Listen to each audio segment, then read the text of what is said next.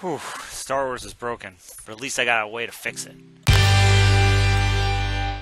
Hey everybody, so now that we can basically say that Solo, a Star Wars story, is pretty much a flop compared to the other Star Wars movies, it's time to start analyzing what's wrong with Star Wars and how to fix it. And we're going to stick with the new movies because generally people look at the old movies and don't have a problem with those, save the prequels. Episode 7, The Force Awakens. Now this was the first movie back since we got this. And I'm pretty sure we can all safely say that anything that was Star Wars that wasn't this was going to be received pretty well. And it was by critics and fans alike. Although people were pretty much saying that it was just a rehash of episode 4. And they weren't wrong. The story revolved around an orphan who had to discover a greater purpose than themselves, who had to fight off an empire, meeting a mentor, destroying a big spherical object that can destroy other planets.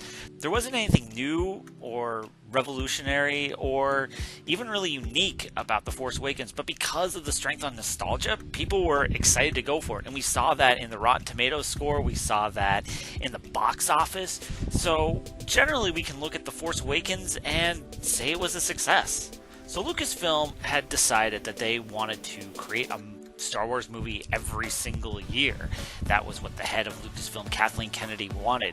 And so we were going to get these anthology films, these spin-offs, as you will, that will explore the universe more. So what do we get? We get Rogue One, a Star Wars story. Now, I personally really liked Rogue One. I thought it executed something that wasn't super directly tied into the Skywalkers.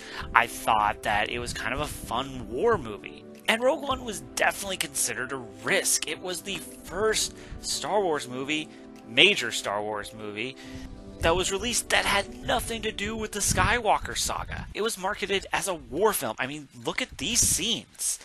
You look at these battle scenes and you're expecting something dark and gritty. Something that'll make you feel like you're watching the Star Wars version of Apocalypse Now. And yet, when it came out, sure, box office-wise it did fine. And if you look at the domestic box office, Rogue One actually does really, really well. And we could see the hints of a war movie being there. And yet, most of what we got was a 4-quadrant film. It kind of touched on this other genre, but it didn't go all the way. We still got things like the Saul Guerrero storyline, and we got a lot of other things that didn't feel like it should have fit in with this, and it just felt like it was another generic space opera part of Star Wars. Which, again, Star Wars itself isn't bad, but we want to see some variation and variety within this world, and I thought we would get that in Rogue One, and while I really liked it, I don't think it went far enough with the war story. Now we're getting ourselves hyped for the next episode, right? Episode 8, The Last Jedi. We take a look at the trailers. It looks dark. It looks like the new Empire. It's directed by Rian Johnson, and we know how good of a director he is with films like Brick. And what people got was something different than what they were expecting. What I liked about it is that this movie actually did take risks, not necessarily with the genre, but with the mythos of Star Wars. It tried telling something different and subverting people's expectations. So, what's the problem with this movie and how does it relate to these other two? Besides the fact that it dared challenge nerds' obsession with this space wizard opera, it had another fatal flaw. It didn't change up its genre at all. It was the same type of film that we come to expect from all Star Wars movies, grand adventure of good versus evil, and while that's great, we already have 7 other movies that are just like that.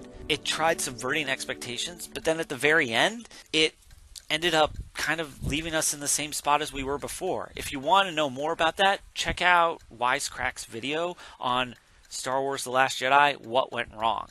In short, though, it told us that the past doesn't matter and that we have to let go of it, yet at the end, we still have what we want from the past. And quite honestly, it really tried to ride this wave of nostalgia still. It attempted to be a risk, but at the same time, the genre and the storytelling weren't much of a risk at all. And so what we got was something that was kind of in the middle, halfway there. Lucasfilm isn't interested in taking risks. They're not interested in changing things up, which leads us directly into Solo, a Star Wars story. A movie where the most cynical fan calls it a cash grab and the most positive one says it's a movie that we didn't need. Now, this film isn't terrible, it's actually kind of entertaining, but it still fails what these Star Wars films should be trying to do, which is expanding the universe, showing us the diversity that it is. And when I say diversity, I don't necessarily mean demographics of the cast or the crew. I'm really just talking about diversity of genres. In short, these films are staying safe. They're not taking risks. It's almost like there was an executive in the board meeting who said, "Well, who's our most popular character?" "I know, sir. It's Han Solo." "Well, let's make a movie about Han Solo then."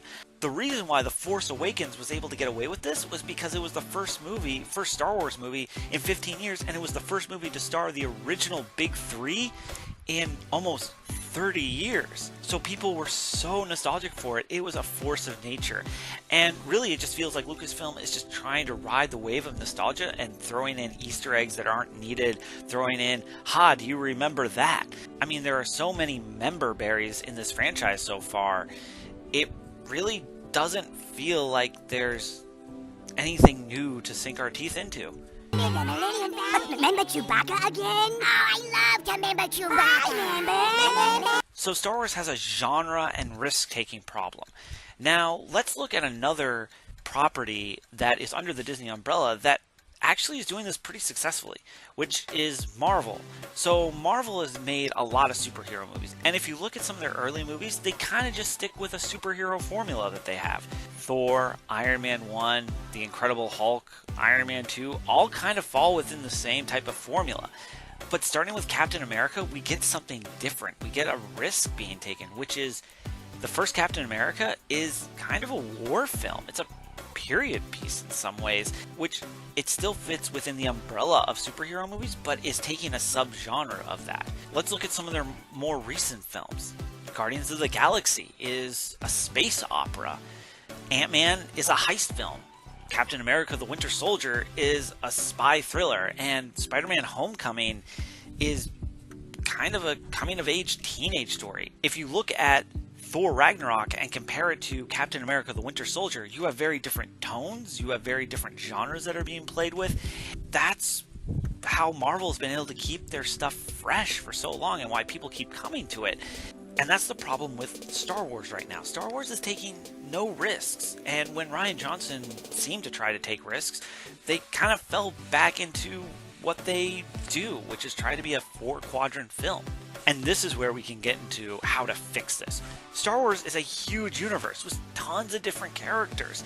There's so many stories that you can mine from. How about a spy thriller of rebels infiltrating the Empire in the early parts of the rebellion? How about a refugee movie where we follow a family on Coruscant who have to escape from the Empire? Or how about we look at the first Force-sensitive people?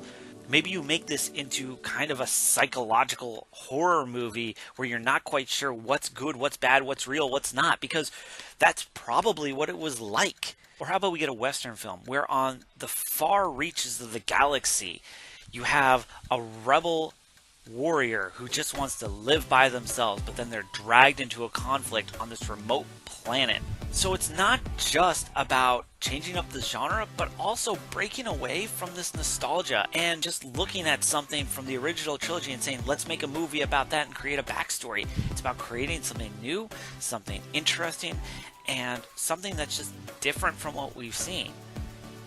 And that is how you fix Star Wars. Alright, so how would you fix Star Wars? Do you think Star Wars needs to be fixed at all? And what has been your favorite of these new movies? Be sure to leave a comment below. And if you like this video, be sure to subscribe to the channel and click right here for more videos. Alright, thanks for watching, Internet.